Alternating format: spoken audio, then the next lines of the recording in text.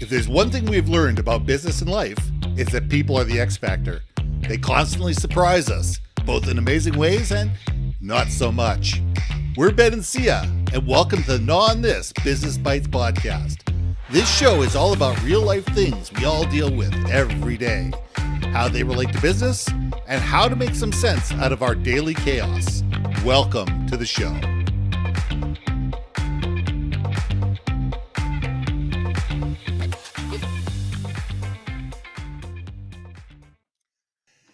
And welcome back to another episode of Gnaw This Business Bytes. I'm Ben, and this is Syya. And this week, I want to talk about how to develop organizational culture. Culture. No two cultures are the same. No two companies are the same. Trying to be just like Google doesn't work.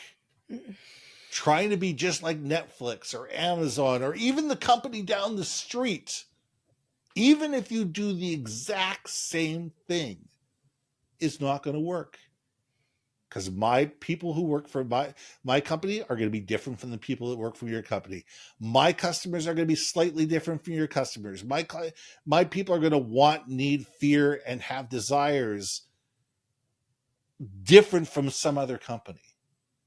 We all need to look at culture as something that we build individually within our organization, and it's going to evolve over time.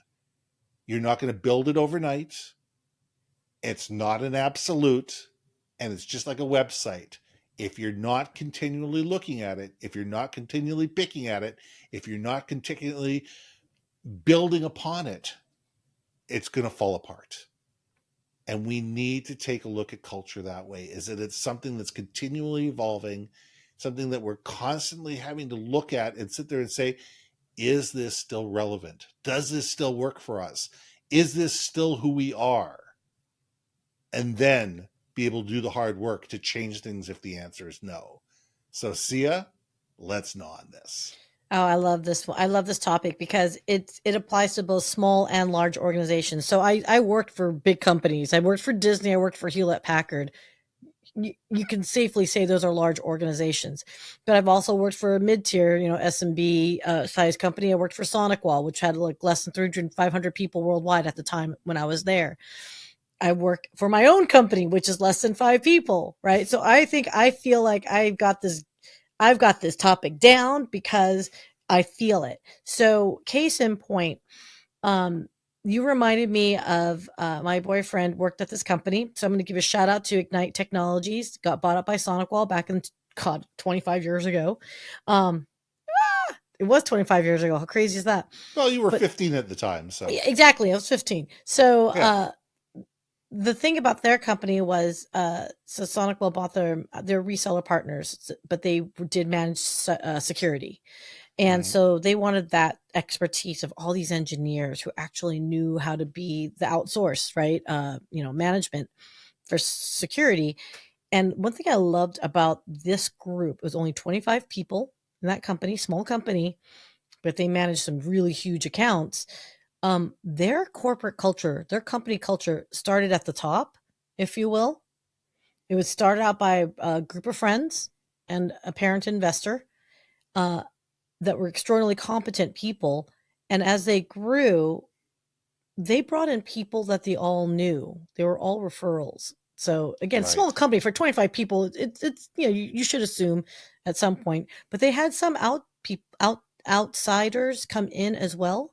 Mm-hmm. And what they learned and what I observed was they were a bunch of folks who probably didn't know HR stuff that you can and can't say, but that they were learning it together and they had the ability to give each other grace to learn.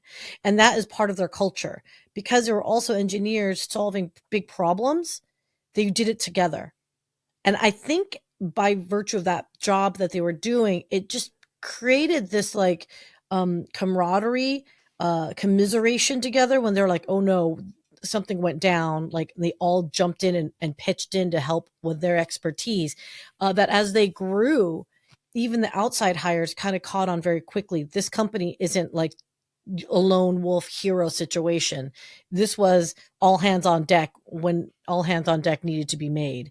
And I loved, and I always have loved that camaraderie that they built up to the point where now, 25 years later, we still go meet up. We still meet up. Everyone's spread out internationally, but we will meet up in Vegas, like, once a year to just to be together again. To me, that is a company culture that you want to emulate over and over again.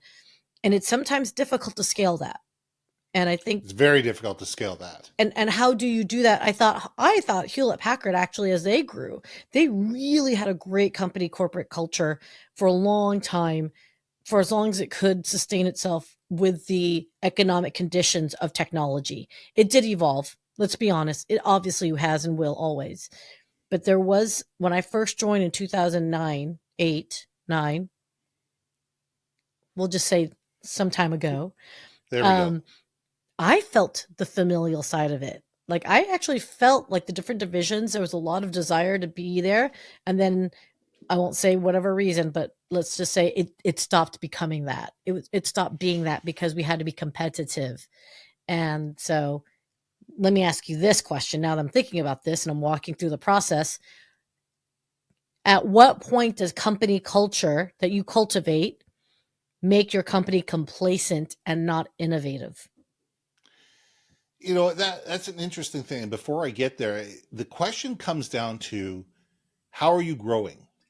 Are you growing organically, or are you going through acquisition? Because when you grow through acquisition, you become a Frankenstein company Yeah. if you're not careful. It's very difficult to grow through acquisition and not become a Frankenstein company. It's our culture versus their culture, because very few companies onboard the new employees from the acquisition effectively, because they'll sit there and they'll give you your badge, and they'll Mm-hmm. give you your business cards, and they'll give you your desk and your phone and maybe a territory, but they don't onboard the culture. They don't spend the 2 weeks needed to a month, depending on where it is, actually getting people involved with the culture and building a buddy system between people that have been in the culture for a while and people that are new to the culture, and helping them build that bridge. So that, as I find, is a big challenge. And the bigger the company gets, the harder it gets.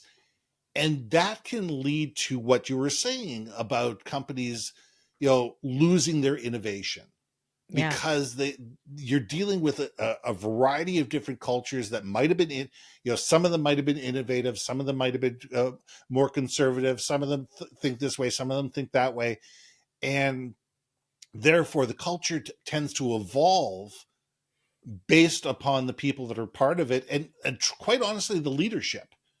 if you Yeah. have if you have innovative leadership, if you have risk tolerant leaderships that have an ability to sit there and say, look, we're going to change, we're going to evolve, this is the BHAG we're going after, this is the big hairy audacious goal, these are the things that we're aspiring to, this is why, and this is we're going to get to when we get there. Then you can build, doesn't matter how big you are, you have the ability to be able to grow, and be able to grow through innovation. However, most large companies, the bigger they get, the more conservative they get, because they have shareholders, they have stakeholders, they have stock prices that that they have to justify every 60 to 90 days. You have all those different factors. So as companies get larger, they lose their risk tolerance, and therefore they become more conservative, and therefore their culture becomes more conservative. They also have layers upon layers upon layers of management, Yeah. and therefore the bureaucracy builds, and as the bureaucracy builds, you either have a small group of people that say, hey, listen, better to ask for forgiveness than permission, and those people are either tolerated, they're spun out, or they're given their walking papers. Yeah. Okay. So let's think about this. I wonder, and you made a big point here. If we had the ability to cross train, like meaning all new hires as part of their orientation is to work with a different division, different group, and learn their ways. Maybe it's not a new hire. Maybe it's like a 6 months into the job thing. Like you got to learn your job first, right? So Yeah, absolutely. maybe it might be for the folks that have been there a year. They get an opportunity to cross train. You know what? I've never thought about this before because I actually did this when I was at Disney. We got to cross train with the characters because when we first worked with the Goofy's Kitchen concept, yes, I was one of the OG pilots. Woohoo! Anyway, yeah, done date myself yet again. But the character department, they were just like, dudes, you can't be like pulling on me all the time to get to your table and your restaurant. You know, like we have a process we have to flow through. You can't just be yanking us all over the place because it screws up the flow. It screws up the organization of it, right? Because all the characters have to like spend their time out, right? Absolutely. And I appreciate that cross training because I got to live in their shoe. Why do you think we don't see that often enough? Okay, that's my ultimate question. Why do you think we don't see it? Is it because we don't got time? It's not important enough? What do you I think think? we don't make the time, and it's not justified and seen as important enough. People sit there and say this costs money. Here's a perfect example. There's a company just pre-COVID that I was working with, and what we were going to do is they had just acquired. They were a 50,000 employee company, and they were just about to acquire an 8,000 person company. And they Mm. were basically acquiring them for their technology. They make no bones about it. They were buying them because of their technology.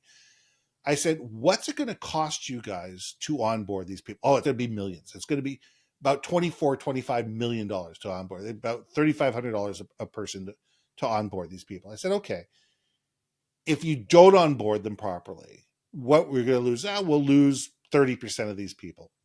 Easily we'll lose 30% of the people." I said, can I say that that's going to cost you, somewhere in the neighborhood of $80,000 to $100,000 a person?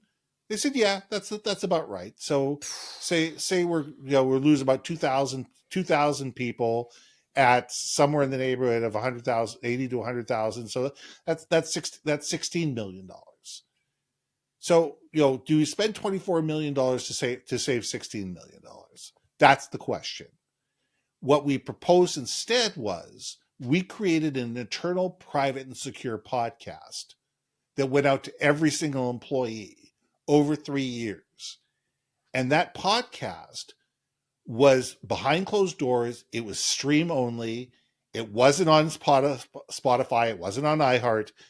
And it was designed to build the cultural relationships, to get everybody to know each other, to understand why people do what they do, what do different departments do, what's important to them, Yes. how does things get passed from one to the other, and the ideology.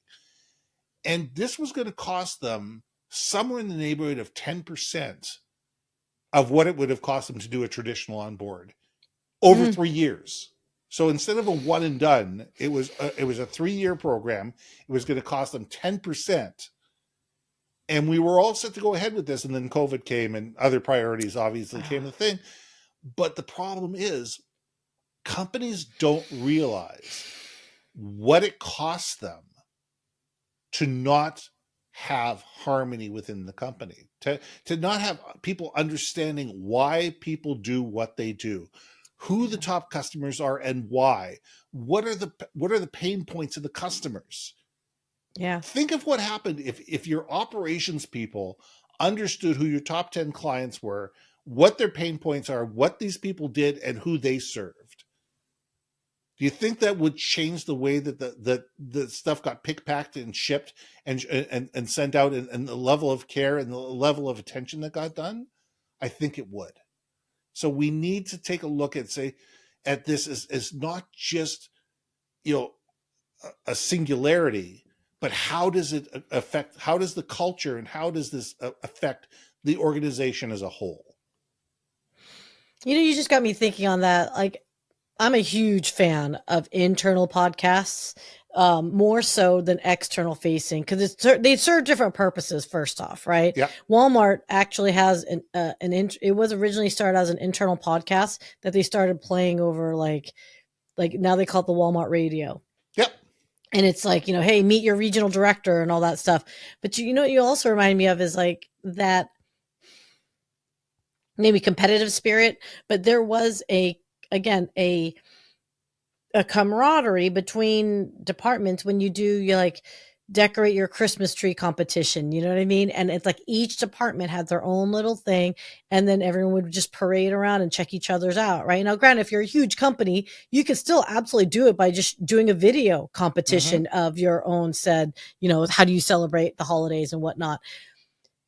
It's such a simple act of just giving a moment of reprieve outside of your daily task to let your mind wander and have some fun that I think is what's needed to help build that culture of, I'm not saying it's got to be fun times, party times all the time, but it's got to be but there ain't nothing wrong with having a little fun every now and then either, right? But a culture, and we should end with this, is that a culture doesn't always have to be kumbaya.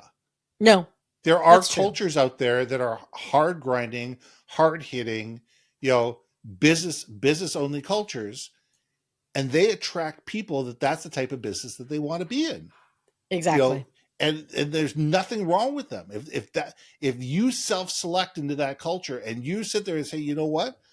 I'm not into this woke stuff. I'm not into this fairy dust. I want to work for a company that's serious people doing serious things, the hang with political correctness. We just work and we have a lot of fun together, and and everybody works hard and plays hard.